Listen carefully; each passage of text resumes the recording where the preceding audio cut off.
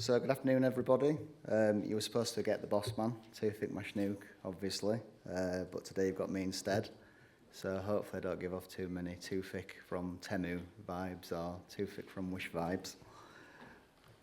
So the railways, obviously, are a British invention, 200 years old this year, and it's something we should be very proud of.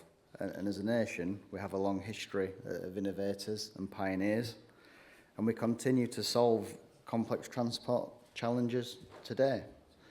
Yet with all this history of innovation and pride in problem solving, why is it so difficult to innovate in rail? So, number one, that the term innovation is often misunderstood between people. So it does evoke different images in people's minds.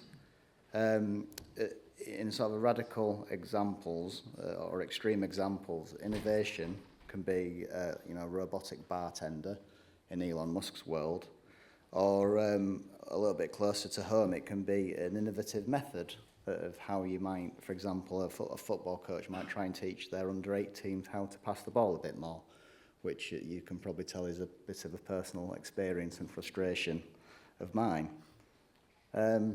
So the tendency is to think radically, but the radical element around innovation is actually understanding complex challenges, the conditions, and how to evolve them by creating new capabilities and generating breakthroughs, and doing that using counterintuitive but proven methods.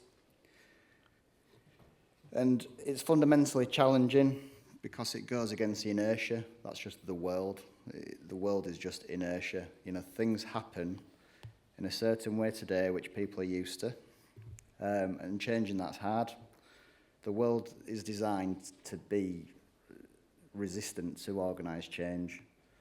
And in terms of the rail industry, I don't know if people are familiar with non-Newtonian fluids. So I'm going to sound really intelligent. I googled what it was myself this morning, but basically I searched what is it called where you get a liquid, and if you punch it, it hardens up. And to people, that's what the rail industry might look like. You kind of go, why is it so hard? It's just a fluid.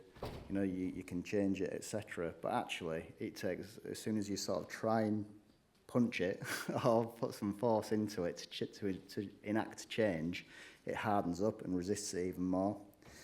So the bigger the inertia, the larger the force required to change it, and that is the rail industry. And some elements that make it so hard to change, it's a safety critical industry. It's heavily regulated, and it's heavily unionised in its environment, so it doesn't get much tougher than that, in terms of enacting change. And we come on to complexity. So industrial complexity first. We have a large, diverse asset base. It has long life cycles. The safety critical engineering and operating environment which those assets reside in all create huge amounts of complication, huge amounts of assurance that's required and safety casework to make sure that when you enact a change, you are not introducing any risk into that environment, and that all yields a high cost. And just sort of as a little bit of an example for people who aren't in the rail industry, I'm not sure if there's a blend or not, but just a bit of a stat attack. So the railway system, there's 20,000 miles of track infrastructure, 30,000 structures, 2,600 stations, 15,000 railway vehicles, 20,000 drivers, 40,000 frontline workers. So you can see it's largely complex. And commercially, it's made up of many organisations, public, private, independent, and they all have distributed and diffused accountabilities for the system across track and train. And within that, we're talking government, we're talking regulator, we're talking industry bodies. There's sort of 24 plus train operators, 10 plus freight operators, 10 plus Roscos. And I couldn't name all those Roscos off the top of my head, but they exist. There's 14 routes within Network Rail, and there's tens of OEMs all operating in this space. And so if you kind of take ETCS as a bit of an example, so this will be a little bit of I'll do my best to do a bit of a basic signalling talk for those who aren't up on railway and signalling. But essentially, a train to stop, you can't do it in line of sight, essentially. I'm speaking generally, but a train cannot stop in line of sight. It takes too long to stop. So you need to give the driver some information to help him understand when to start applying the brakes. And conventionally speaking, we provide signals on the infrastructure so that the driver can start to slow down when they see a yellow signal and stop at a red and so on. Now, if you were doing a railway today from scratch in a greenfield site, you would use something called European Train Control System, which is in-cab signalling, for want of a better term. And you're providing the information to the driver in his or her cab, and you're giving them a needle to drive to, which is essentially a braking curve. So you have that train under continuous speed supervision. And that's done by essentially putting a computer on the train as opposed to everything being outside on the infrastructure. So that in itself presents problems because you therefore, if you are transitioning to ETCS from a conventional railway, well, the trains don't already have the computer on board, so you need to go fit a computer onto the trains. But it's not that simple because the operator is a different entity to the infrastructure owner, for example, who wants that computer put in on the train. And then the operator might not necessarily own the trains. In fact, they won't own the trains. They will actually have a ROSCO, so a rolling stock leasing company, who has leased that train to them. And then in some cases, the rolling stock leasing company won't own that train. They'll own that train or rent the services of that train. But then you need the OEM of that train to then enact changes to it. So this just creates a huge technical, commercial minefield to work through. So this leads to intractability. So complex problems that can't be solved without tackling the root cause, whether technological, commercial, or operational. In rail, modernisation disrupts established ways of working, and it crosses organisational and commercial boundaries. And it relies on emerging technologies with immature markets and demands significant operational change. So the result that we have at the moment is a bit of a chaotic approach to adopting advanced technology. And finally, there are some pretty unrealistic expectations around innovation. You know, innovation or any technological development, it isn't a linear project. It's not like putting in a solar farm. It's not like doing a standard infrastructure project. What it is it's messy, and there's many disappointments along the way, but it's done with a purposeful method, and it's done in a structured fashion in the pursuit of creating breakthroughs. So there is a real sort of expectation management piece around innovation and how we achieve it. And so entering the unification of track and train for the first time in 30 years, there is a real opportunity. But innovation is a crowded marketplace. And it does lead to the inevitable reality that innovation in rail is fragmented. And so multiple efforts do exist in trying to create innovation or embed innovation, but we're working in silos currently. And so this is why GBRX has been created.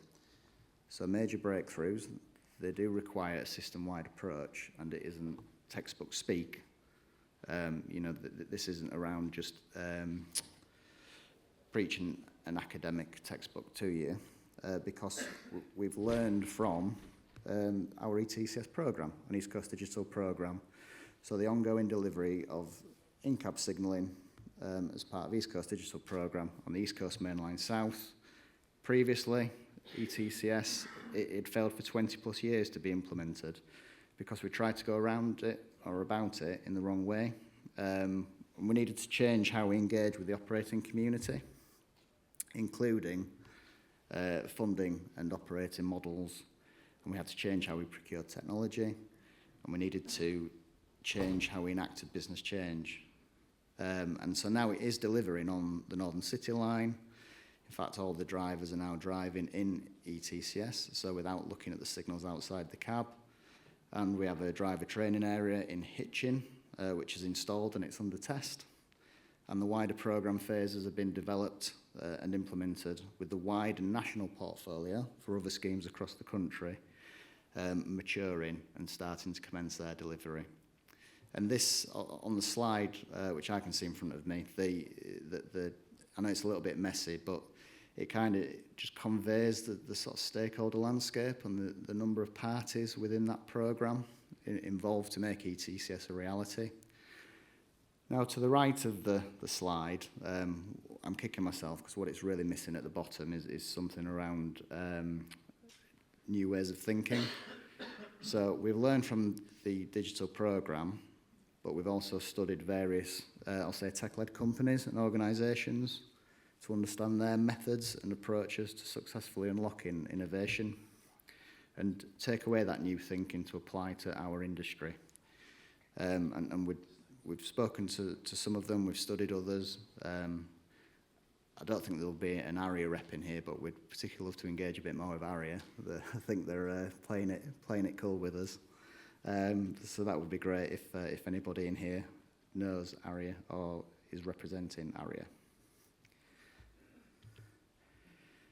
So with all this in mind, so GBRX acts as a strategic enabler.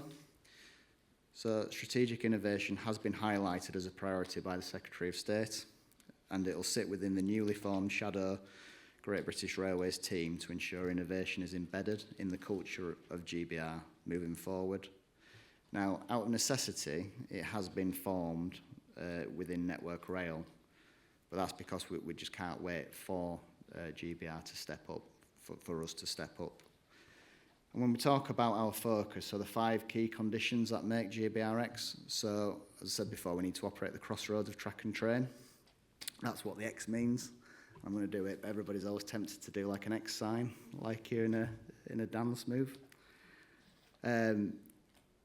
Technology and its place in the commercial environment, we need that fiscal agility to act on those emerging markets and technologies. The marriage of technology, its pace of change versus the government procurement regs, they don't marry up very well, they don't go hand in hand.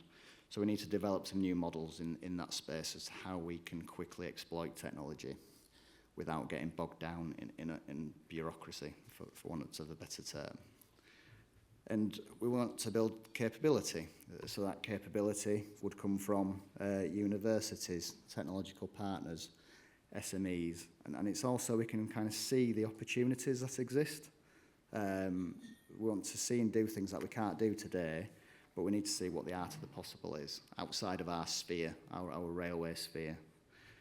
And then we need to convene the industry together, so we will act as a convening force to understand the problems and opportunities of our industry partners, and then collaborate to connect those problem owners with those solution owners, and essentially work on innovation in a scalable fashion and not just sort of proof of concepts. So by doing this, what we want to do is provide structure and visibility of innovation to the industry, but we want to do it in strategic alignment, and essentially that is almost like the priority, to provide some structure and alignment for an industry that, chaos is a strong word, but we're kind of veering off in different directions on different courses. And I do need to stress that GBRX isn't about claiming ownership of innovation.